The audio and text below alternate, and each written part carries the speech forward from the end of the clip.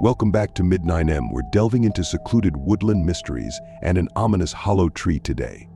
Childhood joy turns into nightmarish reality as bizarre happenings unfold. Hit like, subscribe, and join us on this spooky journey. I recently inherited my grandfather's rural home. A log cabin buried deep within 100 acres of woodland, a picturesque scene untouched for decades, and a perfect dwelling that I am now proud to call my own. I would spend the weekends here as a child. The wooded paths, crystal clear ponds, and hidden meadows were always a welcoming change from the cramped city apartment I shared with my parents and sister. My grandfather only had one rule: never go near the woods at night. This was an easy rule to follow. Granted, I was terrified of the dark. What I looked forward to most during my visits were my trips to the hollow tree. Exactly half a mile from the cabin stands a large oak towering over the nearby smaller trees. Its unprecedented height is not the only unique feature.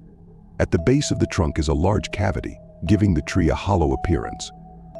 This inevitably led to the landmark's appropriate name.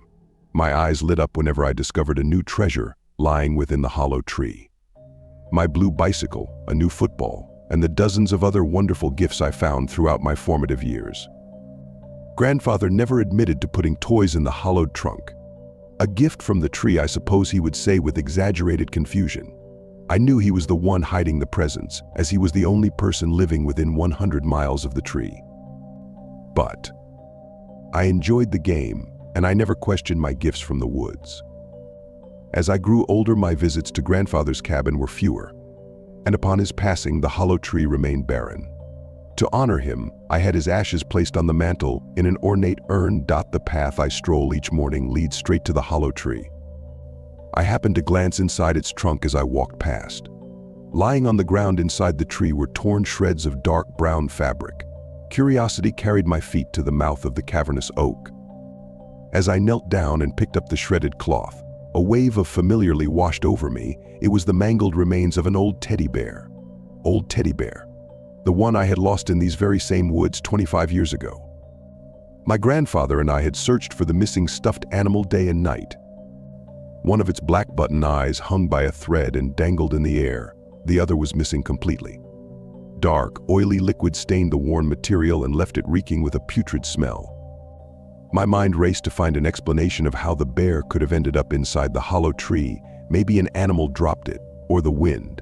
Both seemed highly unlikely after so many years. I reluctantly stuffed the remains into my coat pocket and made my way back home. That night I dreamt of my grandfather. He stood at the edge of the woods.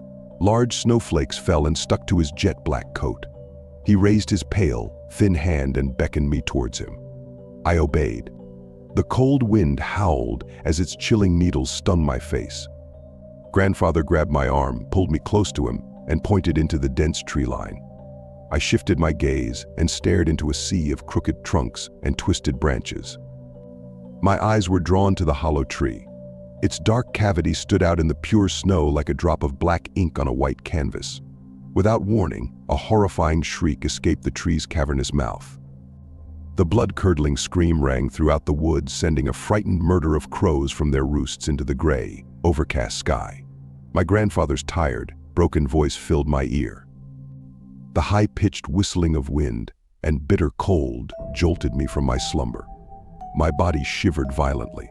I was outside, and in the woods. I hadn't walked since I was a child. Yet here I was in the middle of winter, dressed only in a bathrobe, standing before the hollow tree. Just as I was about to turn and head back to the cabin, something caught my eye. A small red light blinked inside tree's dark, empty trunk. I quickly ran to the mouth, picked up the cold plastic object, and dropped it into the pocket of my robe. I sprinted back to the cabin as quickly as I could. The dead leaves crunched loudly beneath my bare feet. I burst through the front door, wrapped myself in a blanket, and prepared the fireplace.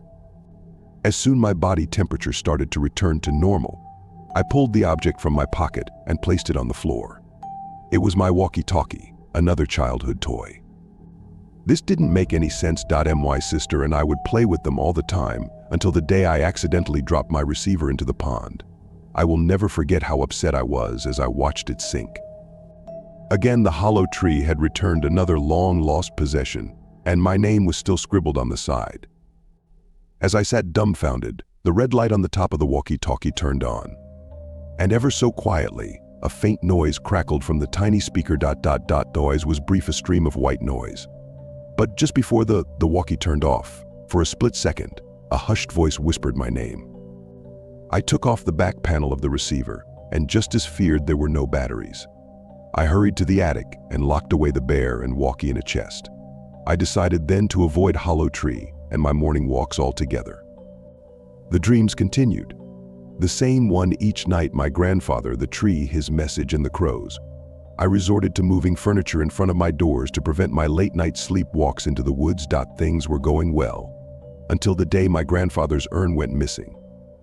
I had just returned from work. I froze as I stared upon the vacant mantel. My heart pounded in my chest. I knew exactly where it was. I laced my boots, threw on my coat, and started my short journey to the Hollow Tree, grabbing an axe from the woodshed on the way. Dark clouds left the world dreary, and the sun was setting. As I approached the giant oak, the unnatural stillness of the woods droned eerie silence around me.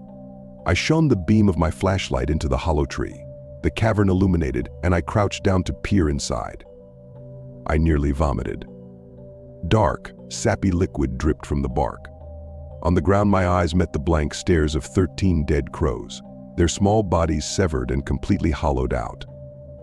I gazed upwards, and within the twisted branches I saw the beautiful silver and gold urn. The tree was toying with me, beckoning me to climb its ancient trunk to retrieve my grandfather. Rage consumed me. Tightly gripping the axe's wood handle, I swung as hard as I could. The sound of the blade striking the oak was unbearable. Each blow sent a sound wave of shrieks from the bark, the same scream I dreamt of each night. Thick crimson liquid gurgled from each gash. I chopped until I couldn't lift my arms. The hollowness of the trunk echoed the screams like a concert hall. With anger pulsing throughout my body, I hurled the axe with all of my strength, and with a dull thud it stuck right in the middle of the tree. Just then, the branches untangled and the urn began to shift. I hurried to the spot directly underneath and carefully caught it as it fell. I held the porcelain vessel like a newborn child, turning back only once to see the wounded tree still bubbling its thick, bloody sap. I placed my grandfather back on the mantel. Exhausted, I fell face first onto my couch and passed out.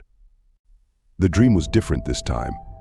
I met my grandfather in the woods, only all the trees had been cut down, leaving a sea of dark stumps. He whispered a new message into my ear: "It does not forgive." Again, I awoke to find myself in the woods, and I looked out in horror. Before me stood 3 more trees with hollowed-out trunks. I still believe my grandfather was the one leaving the gifts when I was a child, but I think something was watching him.